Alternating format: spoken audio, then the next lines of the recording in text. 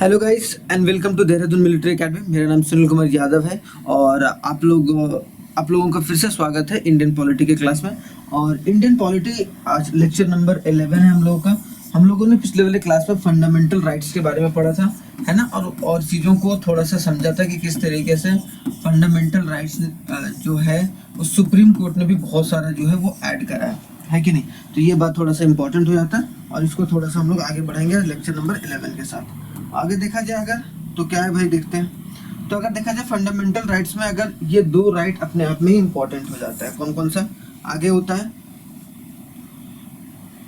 Cultural and educational right, जो कि article 29 और 30, कि भाई आपको कोई भी कल्चर फॉलो करने का या आपको एजुकेशनल राइट दिया जाता है आर्टिकल 29 से लेकर 30 तक। और राइट ऑफ कॉन्स्टिट्यूशनल रेमेडी, जिसमें याद रखना है कि राइट ऑफ कॉन्स्टिट्यूशनल रेमेडी मतलब संविधान आपको ये अधिकार देता है कि भाई आप जो है वो किसी भी तरीके का जो रेमेडी है वो आप ले सकते हैं सुप्रीम कोर्ट के थ्रू। एक आता है ये डायरेक्टली आर्टिकल 32 के तहत अगर कोई भी फंडामेंटल राइट अगर हनन हो रहा है तो आप डायरेक्टली सुप्रीम कोर्ट जा सकते हैं। कहाँ जा सकते हैं भाई? सुप्रीम कोर्ट जा सकते हैं। सिंपल सी बात है। अगर आपको हाई कोर्ट जाना है तो आप आर्टिकल 226 से जाएंगे। मतलब आर्टिकल 226 ये पावर देता है हम लोगों को कि अगर हमारा कोई भी फंडामेंटल राइट हनन हुआ है या कोई भी फंडामेंटल राइट अगर हमसे छीना जा रहा है तो आप डायरेक्टली आप हाई कोर्ट जा सकते हैं। वैसे जनरली हाई कोर्ट ही जाते हैं लोग, लेकिन अगर आपको सुप्रीम कोर्ट जाना है तो सुप्रीम कोर्ट में ये बताना होगा कि आप क्यों हाई कोर्ट नहीं गए, क्या वजह था कि हाई कोर्ट नहीं गए। इसीलिए इंपॉर्टेंट हो जाता है कि कॉन्स्टिट्यूशनल रेमेडी, जैसे रेमेडी का मतलब होता है मुआवजा टाइप में आप बोल सकते हो। तो अगर किसी को भी या किसी भी इंडिविजुअल इंसान का अगर फंडामेंटल राइट्स हनन हो रहा है, ठीक है, या फंडामेंटल राइट्स वायलेट हो रहा है, तो वो कहाँ जा सकता है भाई? वो हाई कोर्ट और सुप्रीम कोर्ट दोनों जा सकता है। तो हाई कोर्ट 226 आर्टिकल के तहत जा सकता है और जो सुप्रीम कोर्ट है वो 32 आर्टिकल के तहत जा सकता है। अब इसमें चीज़ें थोड़ी सी आसान हो जाती हैं और चीज़ें थोड़ी सी आपको मुश्किल भी लगेंगी, लेकिन थोड़ा सा हम लोग को शानदार तरीके से पढ़कर चलना है, ठीक है। आगे देखो भाई, अब सबसे पहले आते हैं कल्चरल एंड एजुकेशनल राइट, जो कि हमारा कौन सा है? आर्टिकल 29 और 30। तो आर्टिकल 29 हमारा ये बोलता है protection of interest of minority. क्या बोला गया? कि हम लोगों को माइनॉरिटी के इंटरेस्ट, वैसे लोग जो सोसाइटी में एक तरीके से सोसाइटी में उनको सही तरीके से ट्रीट नहीं किया जाता, नॉट ट्रीटेड वेल, ठीक है, नॉट ट्रीटेड वेल। अगर उसको ट्रीट नहीं किया जाता सही तरीके से तो क्या हो सकता है भाई? वो आर्टिकल 29 के तहत उसको प्रोटेक्शन दिया जा सकता है। It provides that any section of citizen residing in any part of the country having a distinct language, कोई भी भाषा बोल रहा हो, ठीक है, कोई भी भाषा बोल रहा हो या कोई भी स्क्रिप्ट फॉलो कर रहा हो या कोई भी कल्चर फॉलो कर रहा हो, shall have a right to conserve the same, कि उसको एक तरीके से प्रोटेक्ट करना जो है या फिर उसको अपने आप को प्रोटेक्ट करने के अधिकार है और वो प्रोटेक्ट कर सकता है अपने आप को। Further no citizen shall be denied the admission in any educational institution. जैसे मान लो एक बंदा श्याम है, जो भाई मान लो श्याम है और वो जो है वो एक तरीके से मान लो कि SC और ST है और एक स्कूल है, बहुत बड़ा स्कूल है भाई उसके कस्बे का, अगर वो एंट्रेंस पास कर लिया मान लो इस स्कूल का जो भी उसका प्रोसीजर है, और अगर ये स्कूल एडमिशन नहीं दे रहा है तो इसका मतलब क्या? कि वो फंडामेंटल राइट्स का हनन कर रहा है। तो इसके खिलाफ जो है वो सुप्रीम कोर्ट में केस कर सकते हैं। कौन? ये श्याम जी सुप्रीम कोर्ट में केस करेंगे तो 32 आर्टिकल के तहत करेंगे भाई, ठीक है। और अगर आपको अगर बोला जाए कि अगर आपको हाई कोर्ट में करना है तो आप 226 आर्टिकल के तहत आप केस कर सकते हैं, ठीक है। तो यहाँ समझ सकते हैं कि एजुकेशनल इंस्टीट्यूट में maintain state receiving aid out of the state fund ground of only religion race caste और लैंग्वेज के बेसिस पर आपको कोई भी कुछ नहीं कर सकता। उसको प्रोटेक्ट करना जरूरी है और उसको प्रोटेक्शन कौन देता है? आर्टिकल 29 देता है, protection of interest of minority, ताकि उनको सही तरीके की जो एक चीज़ें हैं वो प्रोवाइड हो पाए और सही तरीके से वो आगे बढ़ पाए। क्योंकि अगर आगे नहीं बढ़ पाएगा तो हमारी सोसाइटी में इक्वालिटी नहीं आएगा। सोचो, इक्वालिटी है ना, राइट टू इक्वालिटी था। अब इक्वालिटी का सिंपल सी मतलब भाई इक्वल ट्रीटमेंट टू ऑल, है ना, equal treatment to all, equal treatment to all as per law, as per law के हिसाब से सबको इक्वल ट्रीटमेंट देना है भाई, ठीक है। तो लॉ के हिसाब से अगर इक्वल ट्रीटमेंट देना है तो एक तरीके से हम देख सकते हैं कि हम लोगों को कल्चरल और एजुकेशनल राइट देके चलना होगा, जो आर्टिकल 29 और 30 में है। और 29 में ये बोलता है कि हम लोगों को माइनॉरिटी के इंटरेस्ट को प्रोटेक्ट करना चाहिए, जो कि मोस्ट इंपॉर्टेंट एक आर्टिकल में से एक हो जाता है। ठीक है, समझ में आ गया। यहाँ पर एक दिक्कत यहाँ पर नहीं है। चलिए आगे बढ़ते हैं। आगे अगर देखा जाए आर्टिकल 30, आर्टिकल 30 क्या बोलता है? आर्टिकल 30 हमें ये बोलता है कि right of minority to establish and administer educational institute grant the following right of minority whether the religion और लिंग्विस्टिक, चाहे वो रिलीजन या फिर माइनॉरिटी में या फिर वो लैंग्वेज माइनॉरिटी में है, लेकिन उसके बावजूद भी आप उसको एजुकेशनल इंस्टीट्यूट में दाखिला दिलाएंगे या फिर एजुकेशनल राइट है उसके पास। जैसे कि अगर देखा जाए all minority shall have a right to establish and administer educational institute of their choice, कि सब माइनॉरिटी के पास वो अधिकार है कि वो अपने हिसाब से एजुकेशनल इंस्टीट्यूट को एस्टैब्लिश कर सकता है। इन ग्रांटिंग एड, अगर स्टेट एड का मतलब क्या होता है? हेल्प ना, जो कि प्रोवाइड करता है कौन? Provided by the state. ठीक है, provided by states, provided by states. तो जो भी एड प्रोवाइड किया जा रहा है वो एक तरीके से उसमें कोई भी डिस्क्रिमिनेशन नहीं होना चाहिए। Shall not discriminate against any education institute manage by the minority. अगर मान लो कि कोई एक स्कूल है, ठीक है, वो एक माइनॉरिटी के द्वारा जो है वो एक तरीके से चलाया जा रहा है भाई, वहाँ पर उसके लोग जो है वो आके पढ़ रहे हैं, तो वहाँ पर जो भी अगर स्टेट गवर्नमेंट एड दे रही है एजुकेशन इंस्टीट्यूट, तो ये नहीं बोल सकते कि इसको हम लोग नहीं देंगे और जो मेजॉरिटी में उसको हम लोग ज़्यादा देंगे, इसको कम देंगे, वैसा नहीं कर सकते हैं। प्रॉपर इक्वल डिस्ट्रीब्यूशन होना चाहिए। The compensation amount fixed by the state for the compulsory acquisition of a minority education institute shall not restrict, आप रिस्ट्रिक्ट नहीं कर सकते हैं, और the right guarantee to the them, और उनको उनका अधिकार जो है वो मिलना चाहिए। लेकिन हालांकि जो this provision was added in the 44th amendment in 1978 के 44th अमेंडमेंट में इसको जोड़ा गया भाई, ताकि प्रोटेक्ट किया जा सके right minority in this regard.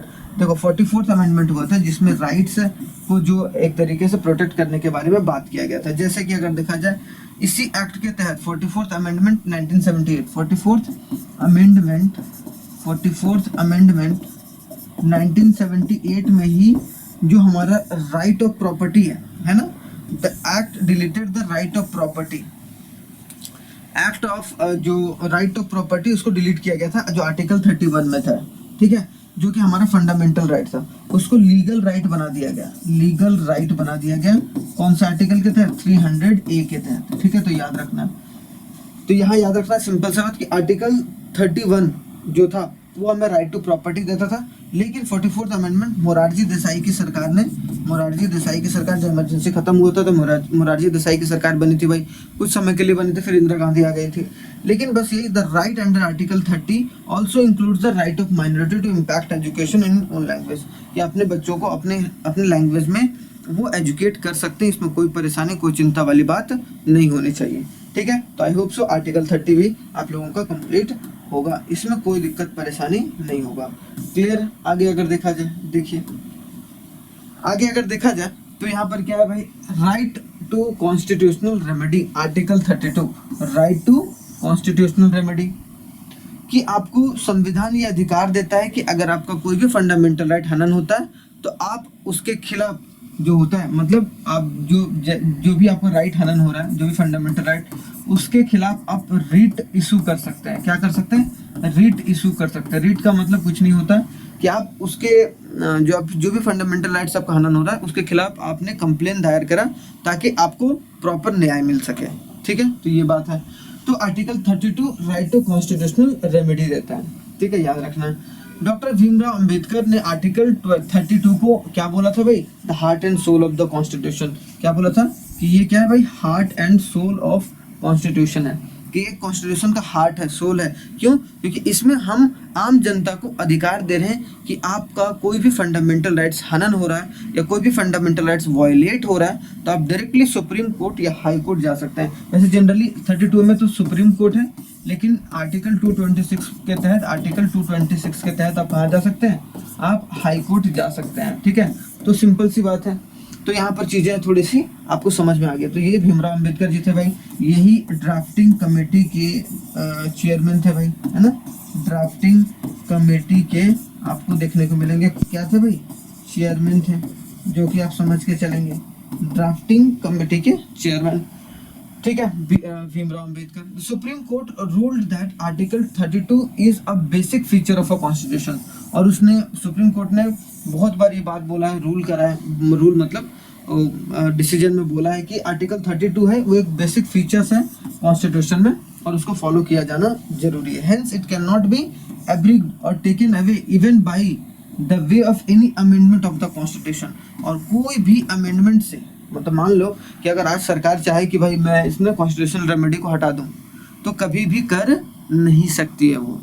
तो मतलब सिंपल सी बात ये बोला कि hence it can not be abrogated और टेकन अवे, इसको कभी भी हम लोगों से या लोगों से छीना नहीं जा सकता, चाहे कोई भी अमेंडमेंट हो जाए कॉन्स्टिट्यूशन में। लेकिन आपका जो आर्टिकल, मतलब आपको रेमेडी, मतलब आपको जो रेमेडी मिलने का अधिकार है वो आपको मिल के रहेगा।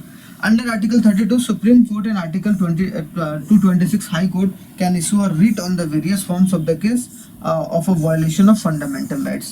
अगर violation of fundamental right हो रहा है, ठीक है, तो जो अंडर द आर्टिकल, जो सुप्रीम कोर्ट और आर्टिकल 32 में सुप्रीम कोर्ट और 226 में हाई कोर्ट इशू कर सकती है रिट इशू कर सकती है वेरियस फॉर्म में, ताकि जो है वो फंडामेंटल राइट्स को प्रोटेक्ट किया जाए लोगों के, ठीक है। तो ये बात याद रखिएगा, इंपॉर्टेंट है, यहाँ पर समझ के चलना है। क्लियर हो गया यहाँ तक? अब क्या क्या रिट इशू कर सकती है वो देखते हैं, क्या क्या रिट इशू कर सकती है।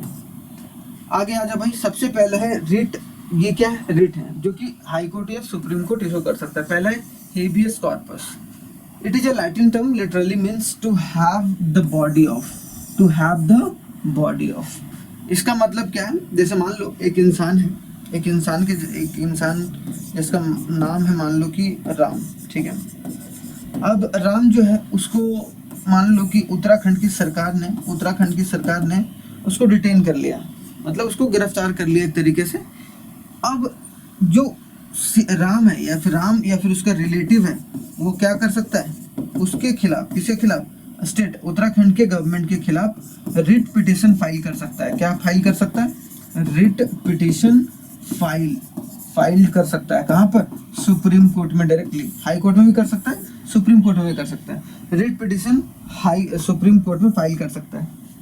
अब रिट पिटीशन अगर फाइल करेगा कहाँ पर? सुप्रीम कोर्ट में, तो इसका मतलब क्या कि रिट पिटीशन फाइल करा तो ये जो हाई कोर्ट है, जो हाई कोर्ट या फिर सुप्रीम कोर्ट, वो रिट इशू करेंगे किसके खिलाफ भाई? इनके खिलाफ। तो अगर देखा जाए तो रिट पिटीशन किसके दायरे में? हेबियस कॉर्पस में, कि हमें इलीगली डिटेन कर लिया गया है, मतलब हमारी कोई गलती नहीं थी, जबरदस्ती हमें गिरफ्तार कर लिया गया है। तो हाँ, वो भाई हमारा अधिकार है कि हम अगर कोई गलती नहीं किया तो हमें सजा उसका क्यों मिले, है कि नहीं? सिंपल सी बात है। इसीलिए जो है वो अब सुप्रीम कोर्ट ये रिट बोल के, मतलब writ related to the habeas corpus, वो बोल सकती है कि भाई आप क्या करो कि उत्तराखंड के गवर्नमेंट आप जवाब दो कि आपने क्यों डिटेन करा। अगर रीजन सही नहीं लगा है सुप्रीम कोर्ट को, अगर रीजन सही नहीं लगा तो उस श्याम को तुरंत ही रिलीज करना होगा, तुरंत ही क्या करना पड़ेगा? रिलीज करना पड़ेगा। और ये सुप्रीम कोर्ट के पास ये अधिकार है कि डायरेक्टली जो है वो सरकार से पूछ सकता है रिट, मतलब हेबियस कॉर्पस के तहत, ठीक है, अगर उसे इलीगली गिरफ्तार कर लिया गया या डिटेन कर लिया गया, ठीक है। It is in the order to issue the court of a person who have detained another person to produce a body of latter before it. The court then examines the cause and legality of detention. तो court जो होगा वो legality और उसके detention के बारे में पूछेगा। It would set the detention person free if the detention found to be illegal. लेकिन अगर डिटेंशन ये पाएगा कि भाई ये ना गलत तरीके से डिटेन किया है, तो उसको क्या कर सकते हैं? सुप्रीम कोर्ट फ्री दायर कर सकते हैं, ठीक है, याद रखना। This writ may be address to any official और a private person who is another person of his custody, ठीक है। कोई भी person, private person, official person हो सकता है जो भी कस्टडी में है उसके खिलाफ, मतलब कि भाई वो बंदा गलत है, मतलब वो बंदा सही है, उसको गलत तरीके से उत्तराखंड गवर्नमेंट ने एक तरीके से, या फिर कोई भी गवर्नमेंट ने उसको, या फिर कोई भी पुलिस विभाग ने उसको गलत तरीके से डिटेन कर लिया, तो एक तरीके से आप इलीगल उस पर कोई भी प्राइवेट पर्सन भी उसके वो रिट दायर कर सकता है, या कोई भी दायर कर सकता है, या कोई भी ऑफिशियल भी दायर कर सकता है, ठीक है। तो इसमें कोई दिक्कत परेशानी नहीं। हेबियस कॉर्पस आपको समझ में आ गया। हेबियस कॉर्पस क्या है? To have a body of, to have a body of, मुझे उसका एक तरीके से आप इसको समझ सकते हैं, बॉडी चाहिए भयंकर, है कि नहीं। तो ये बात समझ के चलना बहुत इंपॉर्टेंट है। आगे अगर देखा जाए नेक्स्ट क्या है भाई, नेक्स्ट है हमारा मैंडेमस। अब मैंडेमस में क्या हो, वीक कमांड। मैंडेमस का मतलब क्या होता है, वीक कमांड। वीक कमांड मतलब क्या, वीक कमांड का मतलब इसमें कोई सरकारी मतलब कोई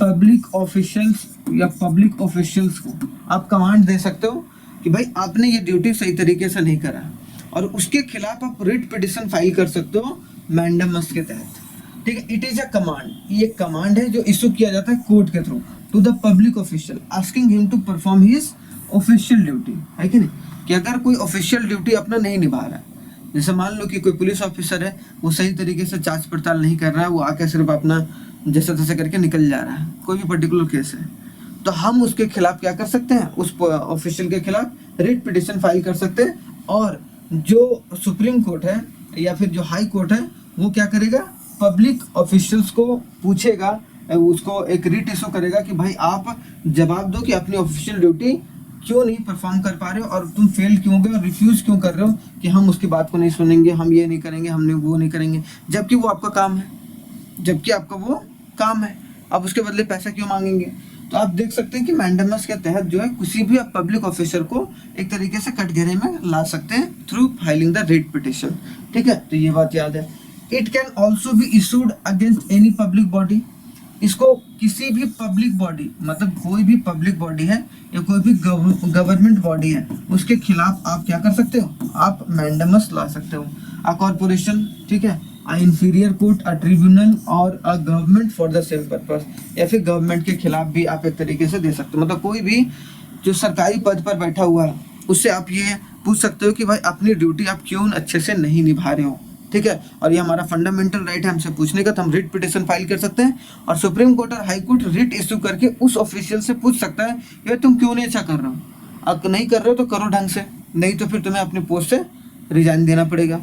तो बहुत सारी चीज़ें हैं जिसको समझ कर चलना है यहाँ पर, और बहुत इंपॉर्टेंट भी आपको देखने को मिलेगा। तो ये मैंडेमस है। ठीक है, मैंडेमस समझ में आ गया। आगे देखो, आगे नेक्स्ट कौन है, क्वाई वेरेंटो। क्या, क्वाई वेरेंटो क्या है, in a literal sense it means by what authority और वारंट, मतलब it issue the inquire into the legality to claim a person to a public office, hence it prevents the illegal aspirations of the public officers by a person.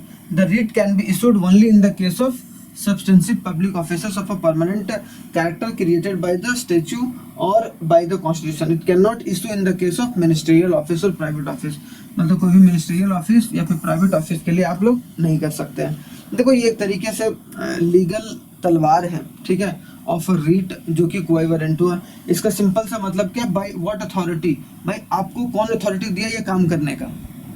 ठीक है, आप क्या पूछ रहे हो, क्या मतलब आप ये इशू कर सकते हो, आप इट इज इशू, इसको इसलिए इशू किया जाता है ताकि इंक्वायरी किया जा सके legality to claim of a person to a public office.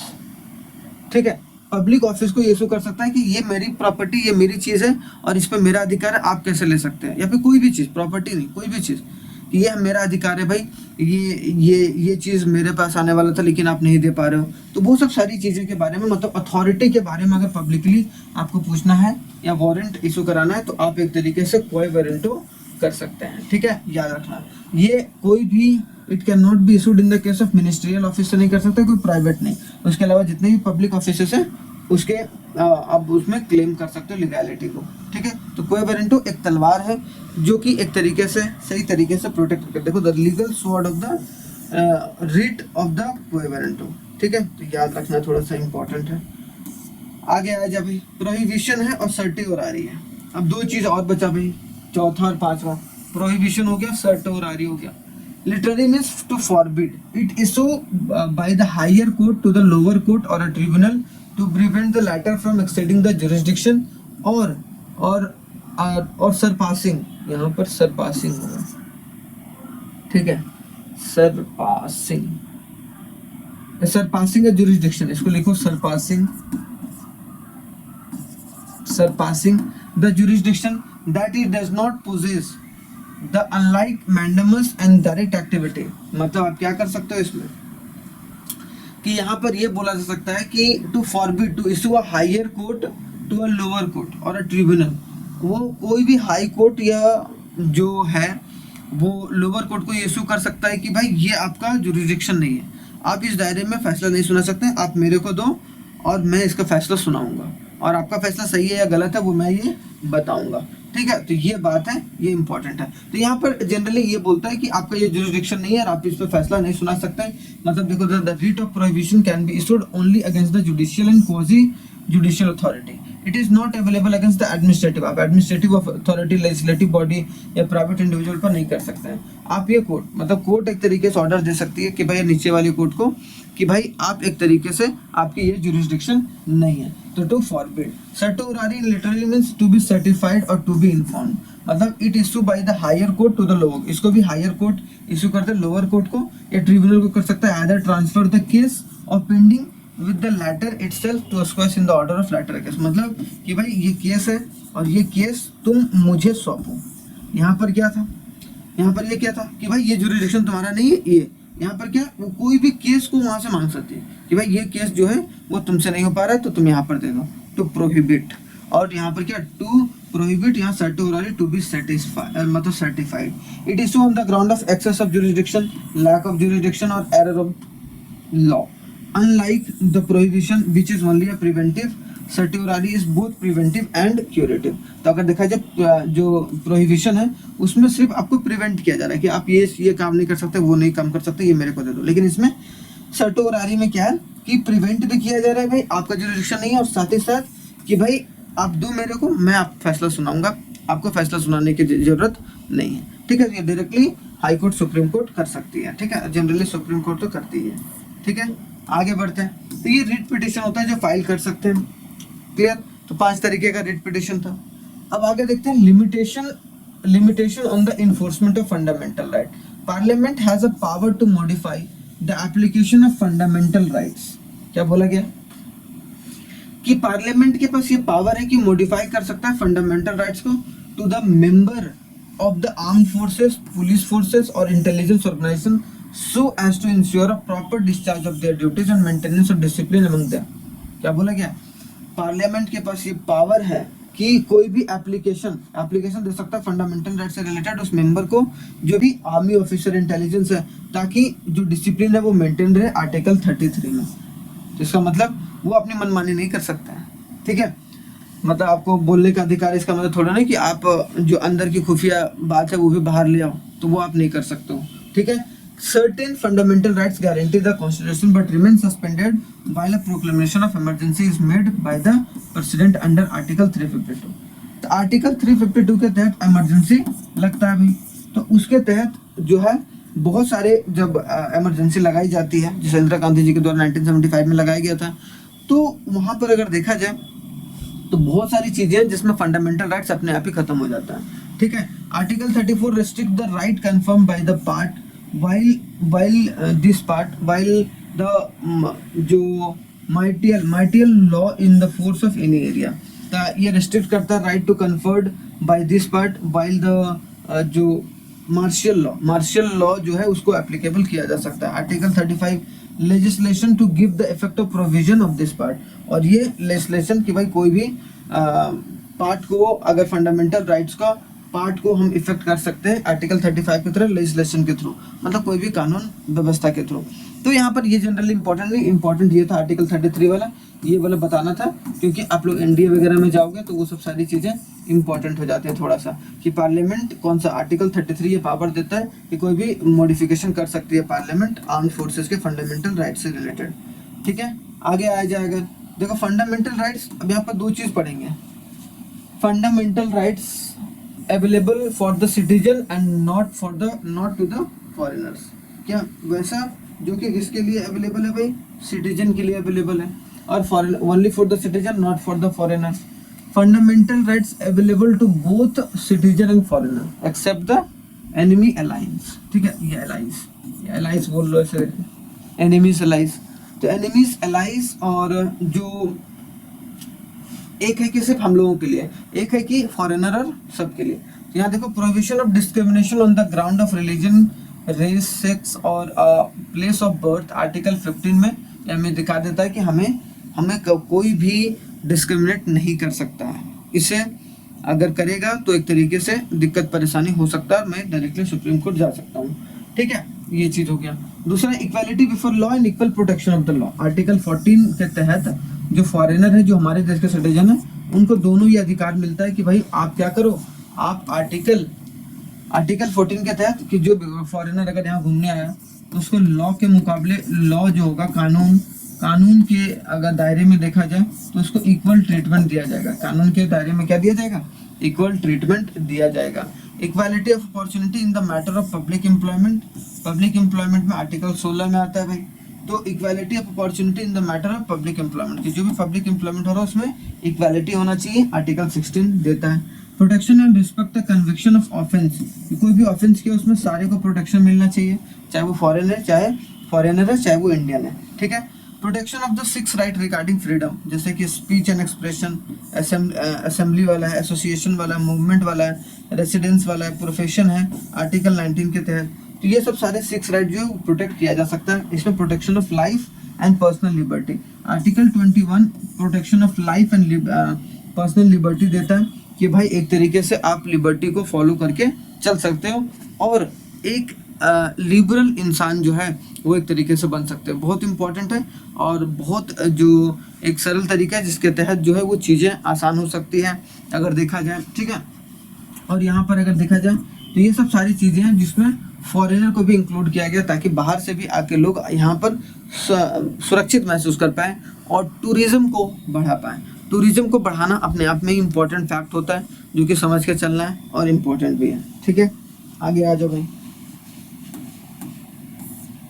अगर आगे देखा जाए तो आगे क्या है, फोर्थ में प्रोटेक्शन ऑफ लैंग्वेज। ये क्या है, सिर्फ इंडियंस को, ठीक है, याद रखना, ये इंडियंस को और ये इंडियंस एंड फॉरेनर बोथ, क्या इंडियंस प्लस फॉरेनर बोथ है। ठीक है। अब यहाँ पर देखो protection of language, script and culture of minority. अभी आर्टिकल 29 पढ़ा हमने कि वहाँ पर क्या करेंगे भाई हम लोग,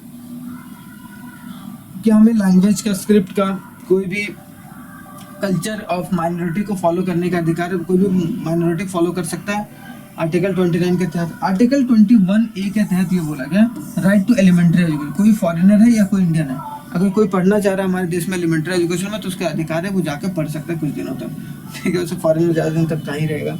right to minority to establish and administer the education, की कोई भी माइनॉरिटी जो है, क्या कोई भी माइनॉरिटी क्या कर सकता है, एस्टैब्लिश कर सकता है। क्या एस्टैब्लिश कर सकता है, एस्टैब्लिश द एजुकेशनल इंस्टीट्यूट। ठीक है, एजुकेशनल संस्थान बना सकता है। ठीक है, और उसको रेगुलेट कर सकता है अपने हिसाब से। ठीक है, कोई दिक्कत नहीं। Protection against the arrest and detention in the certain case, article 22।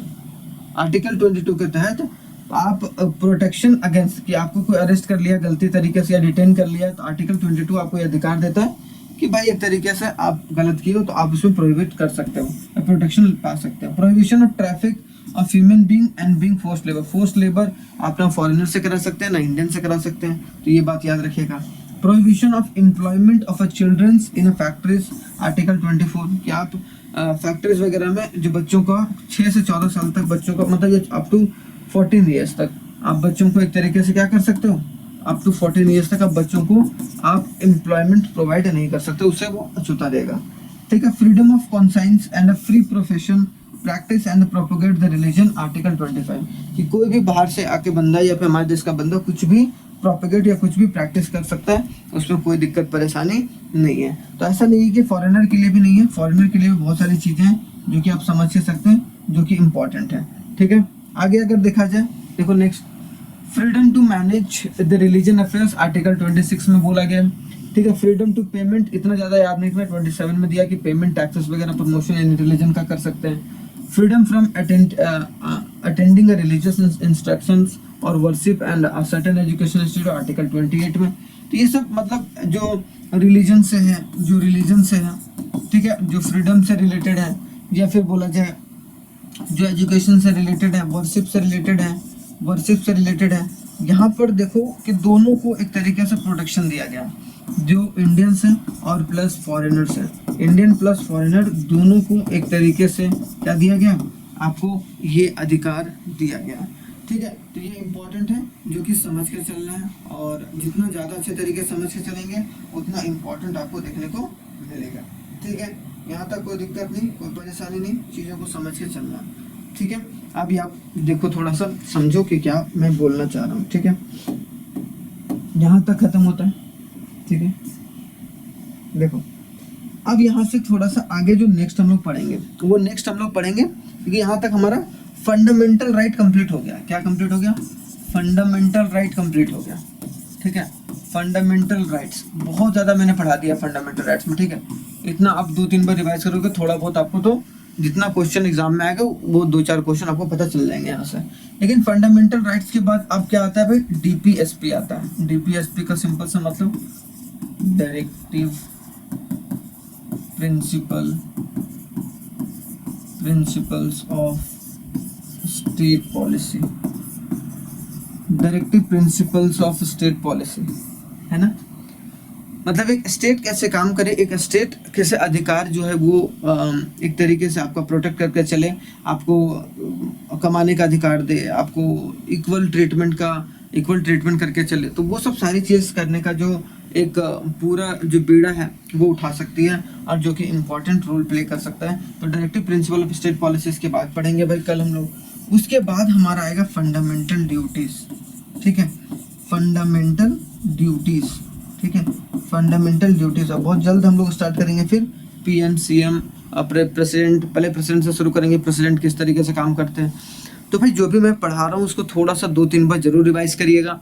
और चीज़ें थोड़ी सी आसान नहीं होती हैं, शुरुआत में आपको पढ़ना पड़ता है। शुरुआत में क्योंकि पॉलिटी से उतना ज़्यादा क्वेश्चन नहीं आता है, वैसे ज्योग्राफी आप बहुत ध्यान से पढ़िए, और उसके बाद हिस्ट्री बहुत ध्यान से पढ़िए, तो उससे क्या होता है चीज़ें थोड़ी सी आसान हो जाती हैं। ठीक है, चलिए बहुत बहुत धन्यवाद, थैंक यू वेरी मच, जय हिंद। मिलते हैं हम लोग नेक्स्ट वीडियो में बहुत ही शानदार तरीके से।